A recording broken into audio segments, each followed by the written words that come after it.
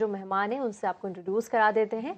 ट्रेडबुल securities के भाविक पटेल हमारे साथ हैं, केडिया कमोडिटीज के अजय केडिया और कोटक सिक्योरिटीज के अनिंद्य बैनर्जी।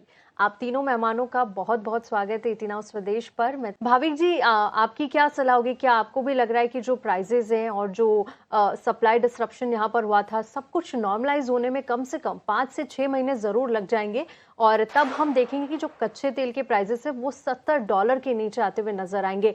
घरेलू मार्केट में आप कितना प्राइजेस नीचे जाते हुए देख रहे हैं?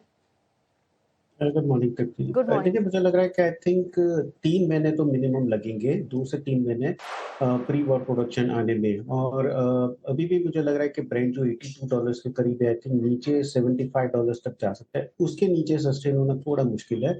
और घरेलू बाजार में देखें तो आई थिंक 7200 से 7150, ये शायद मुझे लग रहा है कि कहीं ना कहीं हम एक बार रिटेस्ट जरूर से कर सकते हैं। तो ओवरऑल अभी भी मुझे लग रहा है कि आई थिंक फ्राइडे तक मार्केट ने ऑलरेडी डिस्काउंट कर दिया है।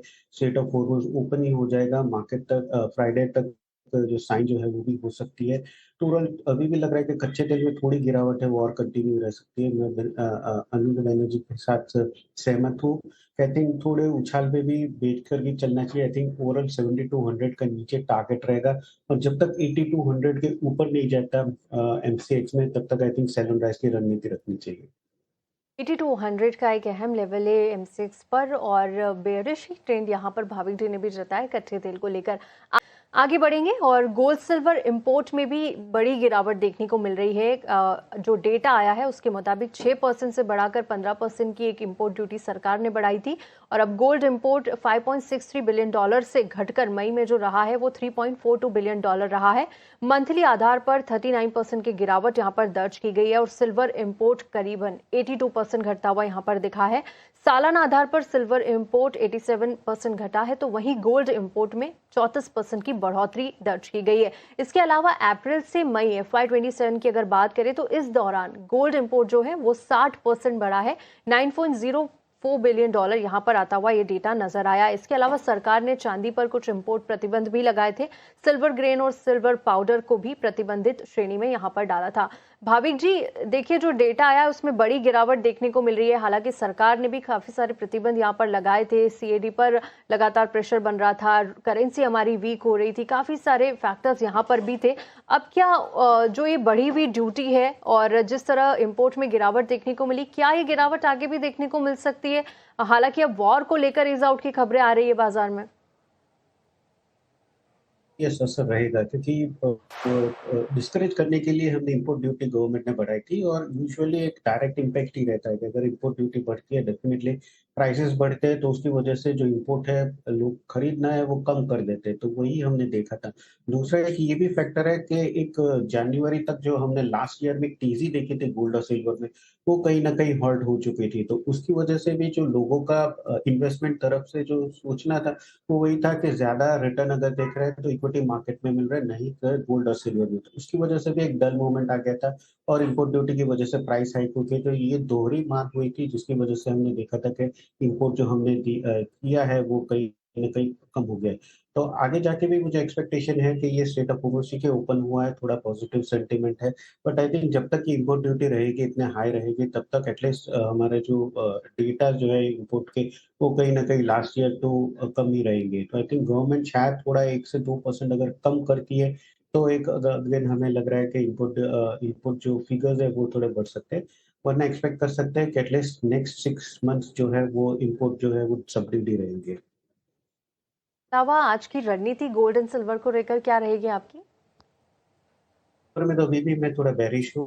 गोल्ड सिल्वर रेशियो भी अगर देखें तो लग रहा है कि आगे जाके आई थिंक सिल्वर में थोड़ी और गिरावट हो सकती है। हालाँकि सोने में अभी भी मुझे लग रहा है कि जब तक 4300 के नीचे नहीं जाता जो 200 दिन की मूविंग एवरेज है, तब तक थोड़ा हमें तेज़ी देखने को मिल सकता है। तो आज के दिन मिनी कॉन्ट्रैक्ट में 1,50,000 के करीब गोल्ड मिनी बाय करके चल सकते हैं, 150-1,300 के टारगेट के लिए और 149,500 का स्टॉप लॉस रहेगा। बिल्कुल ठीक। तो गोल्ड मिनी में खरीदारी की राय, स्ट्रेटेजी लेवल्स फ्लैश हो रहे हैं, आप यहां पर अपनी रणनीति बनाकर चल सकते हैं। चलिए इसी के साथ यहाँ चलिए एक खबर का भी रुख करेंगे। मॉनसून के मोर्चे पर मायूसी देखने को मिल रही है। शुरू के 10 दिन में मॉनसून में 64% की गिरावट देखने को मिली, जो कि भारी गिरावट है और सामान्य से बेहद कम। यहाँ पर बारिश हुई है। सामान्य तौर पर 53.7 मिलीमीटर की बारिश होना चाहिए थी, लेकिन 19.2 मिलीमीटर की ही बारिश यहाँ पर दर्ज की गई है। कई राज्यों में मानसून पहुंचने के बाद भी अभी भी स्थिति सूखे जैसी ही। आईएमडी को 25 जून के बाद अच्छी बारिश होने की उम्मीद है और जुलाई महीने में एल नीनो का प्रभाव कम होने की भी उम्मीद यहाँ पर आईएमडी ने जताई है। भाविक जी, देखिए मानसून पर लगातार जो है आईएमडी के अपडेट्स आ रहे हैं, स्काईमेट के अपडेट्स आ रहे हैं, लेकिन बारिश जो है वो आती हुई नजर नहीं आ रही है। क्या इसका कोई इम्पैक्ट फसलों पर देखने को मिल सकता है लॉन्ग टर्म में? देखिए ज़रूर सही। इनफैक्ट अगर हम देखें सेंट्रल इंडिया में भी अभी 55% डेफिसिट है, जहाँ पे गुजरात में 75% और महाराष्ट्र में भी 69% है और एक्सपेक्टेड है कि सितंबर के बाद ही जो अच्छी रेनफॉल हो सकती है।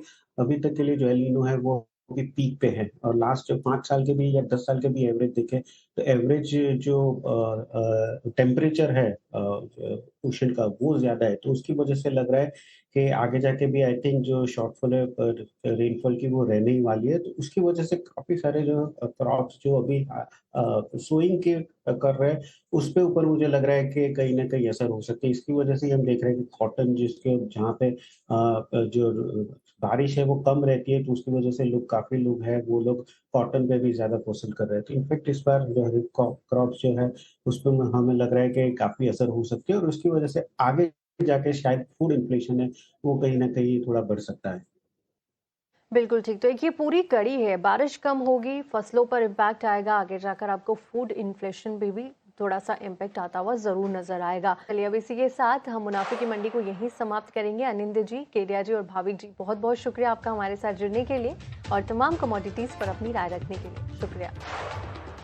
यहाँ रुकेंगे एक छोटे से ब्रेक के लिए, जल्द लौटते हैं आपके लिए नई शो के साथ। नमस्कार।